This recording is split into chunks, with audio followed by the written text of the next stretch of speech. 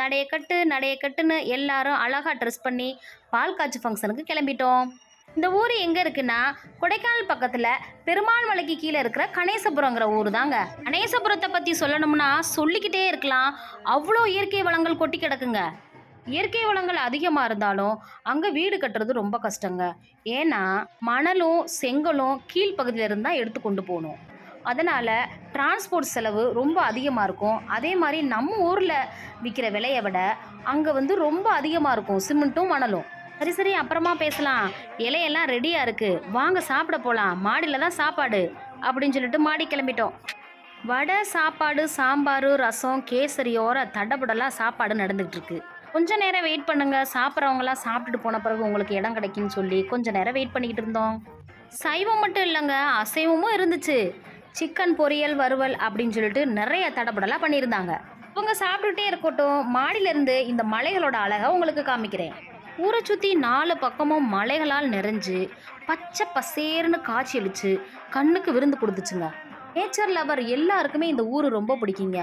நீங்கள் கொடைக்கானல் போனீங்கன்னா இந்த ஊருக்கு போக மறக்காதீங்க. ஏன்னா இங்கே ஒரு ஃபேமஸான ஃபால்ஸ் இருக்குது. அதுக்கு பேர் 5 வீடு ஃபால்ஸ். கேட்டால் எல்லாரும் சொல்லுவாங்க. அது மட்டும் இல்லாமல் ஊரை சுற்றி ஒரு 6 வேற ஓடிக்கிட்டு இருக்குங்க. எல்லாரும் சாப்பிட்டு எழுந்து போயிட்டாங்க. நமக்கு இடம் கிடச்சிருச்சு, வாங்க சாப்பிட போகலான்னு சொல்லிட்டு இலையை போட்டு சாப்பிட உட்காந்துட்டோம். வாசனை ஒரே தூக்கலாக இருக்குது. நல்ல சாப்பாடு இன்னைக்குன்னு சொல்லிட்டு சோறை போடுன்னு சொல்லி சோறை போட்டு சாம்பார் ஊற்றி சாப்பிட ரெடி ஆகிட்டோம்.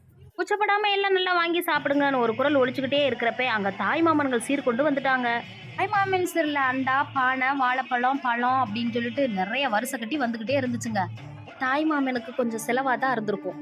கொண்டு வந்த தாய்மாமனுக்கு வெல்கம் பண்ணுறதுக்காக பூக்களோட நிறைஞ்ச தண்ணி எடுத்து காலில் ஊற்றி அவங்கள வெல்கம் பண்ணிட்டோம். பெரியவங்க எல்லாருடைய கையிலுமே ஆளுக்கு ஒரு பழத்தட்டு. வீட்டுக்குள்ளே எல்லாரும் கிளம்பி போயிட்டாங்க. இது எல்லாமே தாய்மாமன்கள் கொண்டு வந்து சீர் பாருங்க.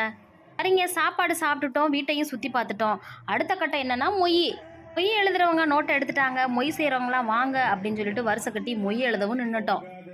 அவளுக்கு எவ்வளோ மொய் எழுத முடியுமோ அவ்வளோ மொய் பணங்களை எழுதியாச்சு. மொய்யை வாங்கி அந்த பெரிய பானைக்குள்ளே போட்டு வைப்பாங்க. இதுதான் மொய் பானை. இந்த மொய் பானையுமே தாய்மாமனை தான் வாங்கிட்டு வரணுங்க.